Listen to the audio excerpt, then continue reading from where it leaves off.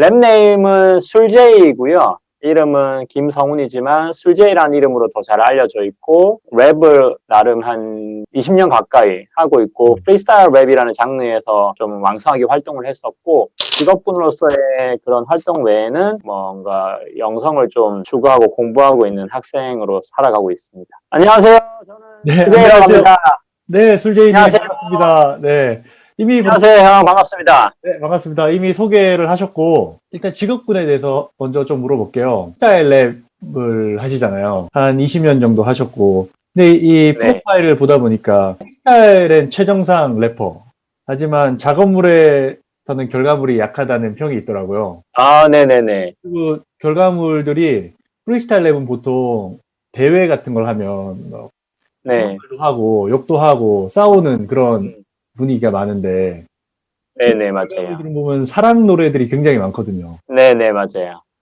왜 그런 프리스타일을 하면서 결과물은 사랑 노래가 나오고 결과물이 약하다는 평이 있다는 거에 대해서 어떻게 생각하세요? 그것도 한쪽의 기준으로 보면 그런 것 같고요.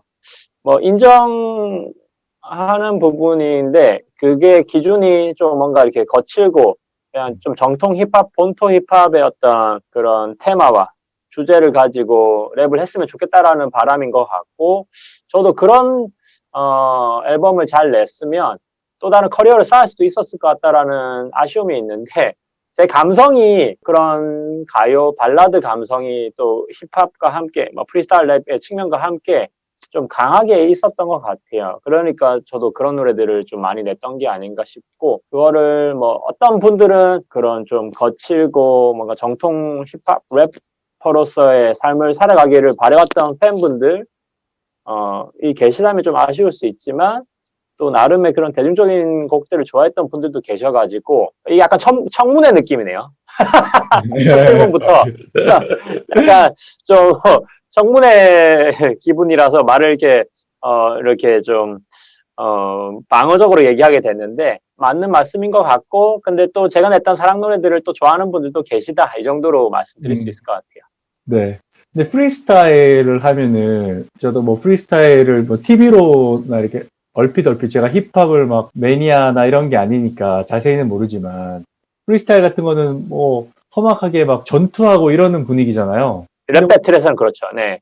그런 배틀 분위기에서 어떻게 이 최정상이라는 뭐 명성을 얻게 됐는지. 좀, 억눌림이라든지 공격적인 성향이 되게 강했던 것 같고요. 음, 그게 랩 배틀에서는 마음껏 풀어놓을 수 있기 때문에 분출하고 강하게 상대를 제압하고 했던 기운이나 좀 모난 마음들이 상대를 이렇게 찌르거나 하는데 도움이 됐던 것 같고요. 아이러니하지만.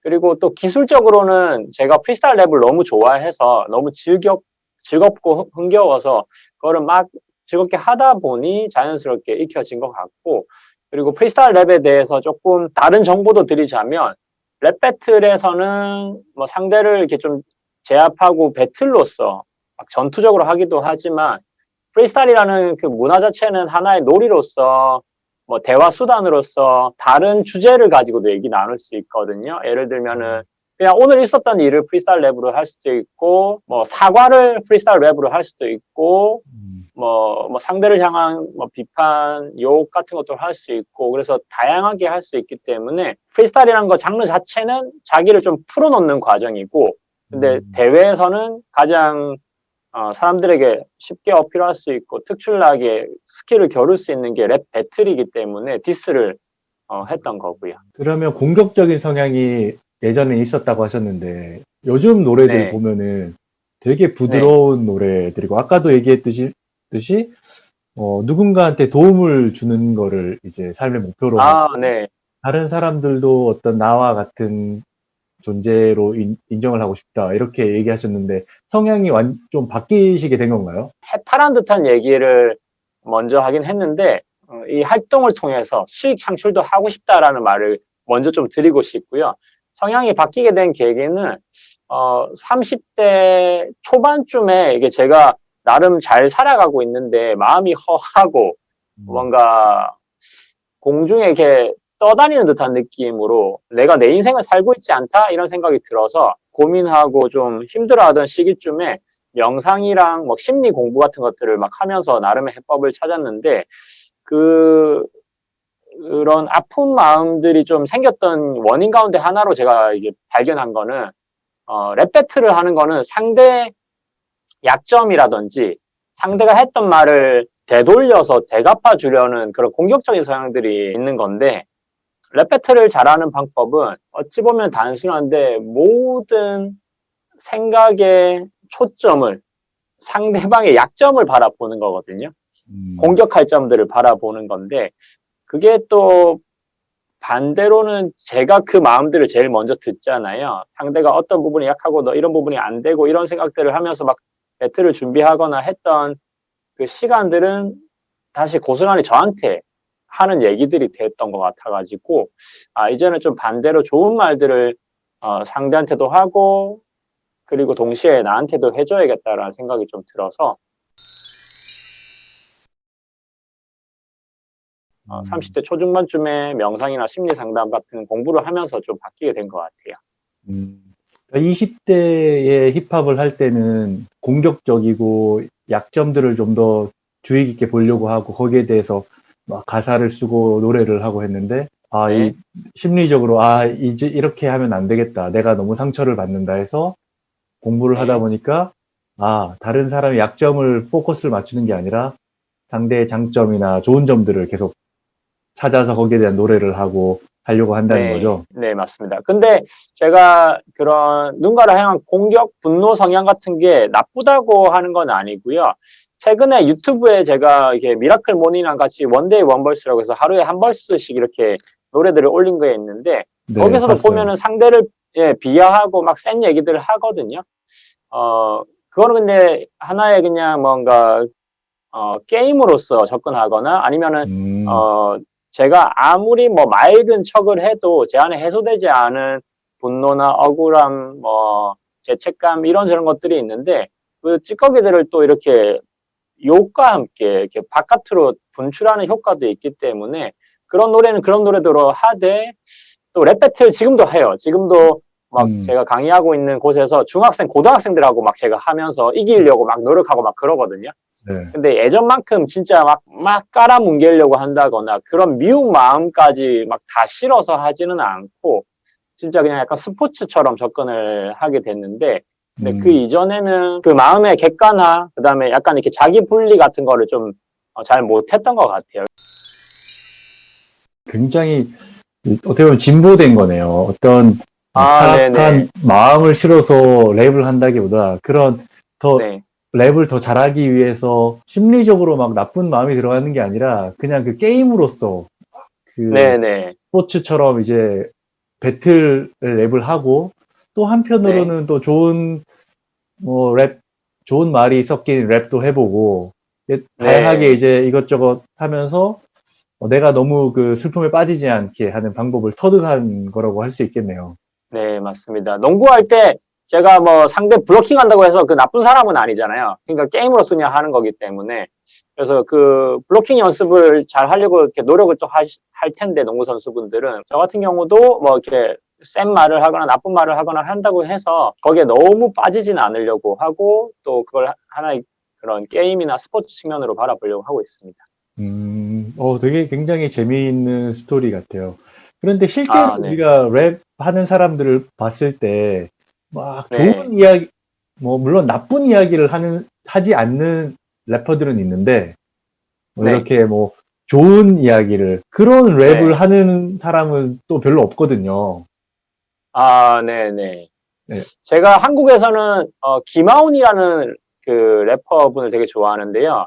네, 그분이 이제 고등 래퍼에 나오셔가지고 이제 한 21~2살 정도 되신 걸로 알고 있어요. 근데 게임으로서 또 이렇게 좀 센 랩도 하시지만, 기본적인 어떤 성향이나 추구하는 랩에서의 메시지 내용 자체는 좀 더 평화 이런 쪽에 가깝더라고요. 사랑과 평화에 가까운 래퍼들도 당연히 있는 것 같고, 랩이라는 게 결론적으로 자기 안에 있는 것들을 꺼내는 거기 때문에 어떤 힙합, 어떤 랩이 옳다, 그르다는 없는 것 같고, 그 사람의 성향에 따라 이렇게 나오는 것 같고, 음, 상인이 형이 또 랩을 하시면 상인이 형의 그 성향과 인생과 철학 메시지가 이렇게 네. 나오게 되는 게 랩이다 이렇게 말씀드리고 싶어요. 힙합을 뭐 거의 20년 사회의 활동들을 거의 힙합으로 살아오셨는데 인생 전체를 네. 어떻게 시작하게 됐는지부터. 서태지와 아이들의 영상을 TV에서 보고 이렇게 전율이 막 일었었거든요. 음, 그리고 나서 그 다음날부터 서태지와 아이들이 엄청 전국적으로 유행을 했었고, 그래서 거기에 나오는 랩들을 따라 부르기 시작했고, 소풍이나 학원에서 장기자랑 같은 것들을 막 했던 기억도 나고, 그리고 차차 다른 힙합 앨범들, 가요에서 랩 파트들을 막 좋아하니까 따라 불렀는데, 그 리듬과 자유로운 메시지가 저한테는 제일 큰 충격이자 매력이었고, 그리고 대학교에 가서 동아리 활동을 하면서 그걸 좀 더 전문적으로 체계적으로 동아리 선배 동기분들과 함께 나누고 또 공연팀에 들어가려고 노력하고 애쓰면서 랩을 취미인데 좀 더 깊은 취미가 됐었고, 그리고 랩 배틀 대회에 출전했는데 한 번은 예선에서 탈락을 하고, 근데 네. 그게 꽤 큰 대회라서 예선이 3번이 있었고 본선이 이렇게 큰 장충체육관에서 이렇게 열린 대회였는데, 한 번 졌을 때쯤에 이렇게 어설프게 하고는 해서는 래퍼로서 살아갈 수 없겠다라고 생각이 들어서 그 다음 날부터 거의 하루에 한 9시간 이상씩 이렇게 그러니까 랩과 관련된 것들만 했었거든요. 그리고 우승을 감사하게도 운이 좋게도 한 다음에 그 당시에 이제 언더그라운드 힙합 레이블이던 한량사라는 곡과 계약을 하고 네. 래퍼로서 나름의 출사표를 던졌고, 그리고 저는 프리스타일 랩이 너무 재밌고 좋아서 사람들한테 좀 알리고 싶어가지고 그 회사 계약과는 별개로 프리스타일 타운이라는 단체를 래퍼 울티마와 함께 만들어서 전국을 돌면서 프리스타일 랩 세미나 그리고 랩 배틀 대회 힙합 콘서트를 개최하면서 좀 이렇게 나름 왕성하게 활동을 했어요. 보통 이제 대학교 나오고 이제 취업을 준비하잖아요. 근데 그런 거 없이, 힙합으로 내 인생을, 내 커리어를 쌓아야겠다. 이제 결심한 이유. 이게 진짜 돌아보니까 참 저도 지금 이 질문 받고 떠올려 보는데 왜 취업 생각을 한 번도 안 해봤지? 이런 생각이 지금 들 정도로 저는 취업이란 거에 대한 개념이 알바는 되게 많이 했거든요. 막노동이 됐든 그런 뷔페에서 이렇게 서빙 알바가 됐든 뭐 아니면은 그 생체 실험 알바 뭐 이런저런 네. 일들은 나름 많이 했는데 와 지금 돌아보니까 취업이란 거를 제가 생각해 본 적이 한 번도 없고요. 그리고 래퍼의 삶을 동경하고 그리고 저는 못할 거라 생각했는데 그래서 반대로 내가 래퍼가 되려면은 그 해마다 무언가를 해야 된다라고 좀 생각을 해서 이번 해에는 뭐 앨범을 내야 돼. 이번 해에는 랩배틀 대회 나와서 증명을 해야 돼. 이번 해에는 뭔가를 해야 돼라고 나름 이렇게 데드라인을 좀 만들었던 것 같아요. 그래서 이번 해 이걸 못하면 내년에 나는 래퍼라 불리기 힘들 거야. 래퍼라 불릴 수 없을 거야. 라고 생각이 돼가지고 취업 준비보다는 그거에 좀 초점을 맞춰서 그냥 살아왔던 것 같고요. 그러다 보니까 자연스럽게 그냥 래퍼라고 불리고 있었고, 그리고 그 아까 첫 질문하고, 이 전 질문하고도 조금 이어지는 답변인데요. 그러니까 뭔가 이 직업이 나를 선택했다. 이런 느낌. 그래서 내가 래퍼가 되고 싶어서 된 걸 수도 있지만 한편으로는 그냥 뭔가 좀 무당이 이렇게 신내림 받듯이 그냥 래퍼라는 직업이 그냥 너무 자연스럽게 다가와서 래퍼로 살았고 그래서 취업이란 거를 잘 생각을 안 해봤습니다. 그냥 그 당시에 래퍼를 동경해서 나 래퍼 쪽으로 올해 뭐 한 해 열심히 해봐야겠다. 이렇게 몇 네. 년을 하다 보니까 어느 순간 네. 사람들이 이제 래퍼로 불러주기 시작했다는 거죠. 네, 그래서 지금 이 질문이 좀 초심을 떠올리게 하는 것 같아요. 그래서 올해 목표도 있고 내년 목표도 있고 하는데 내가 이 정도도 못하면 이 일을 내가 한다고 말할 수 없다라는 각오로 좀 더 살아야겠다라는 좀 초심을 다시 떠올리게 하는 질문이었어요. 정말 열심히 한 해 한 해 래퍼라는 이름에 걸맞기 위해서 정말 노력하는 것 같아요. 지금은 이제 현역 래퍼라고 하기에는 나이가 이제 네, 점점 들어가 40대를 이제 바라보고 되잖아요. 네, 그러면 막 보통 우리가 래퍼들 이제 유명해지고 성공하는 래퍼들 보면은 10대 후반에서 20대 이때가 가장 막 이제 성공으로 나아가는 래퍼들이라고 TV에서 나오는 걸로 생각되는데 30대에 네. 가장 뭐 왕성하게 활동을 했다면 이제 40대를 바라보는 입장에서는 아까 전에 말씀하셨듯이 이제 래퍼에서 조금 떨어진 작업들을 더 많이 하게 된다고 했는데 그러면 어떤 네. 일들을 그러면 더 하고 계신가요? 아, 제가 작년에 오케이고라는 이름으로 이제 30대 이상인 분들 대상으로 랩 강의를 했었거든요. 네. 그래서 30대 이하는 들어올 수가 없는 강의였고요. 음, 그리고 저는 30대 이상이라서 뭐 30대 분들이 주가 되거나 나이가 조금 더 있으셔도 뭐 40대 한 초중반 아닐까 생각했는데 67세 형님까지도 오시고 음, 그리고 뭐 당연히 30살부터 많은 나이층의 연령층의 분들이 오셨고 힙합을 랩을 되게 좋아하지만은 뭔가 좀 나이 때문에 아니면 자기 삶의 여건 때문에 나는 이제는 그냥 듣기만 하거나 이제는 못할 거야라고 했던 분들이 오셔서 되게 재밌게 같이 저도 놀았었는데요.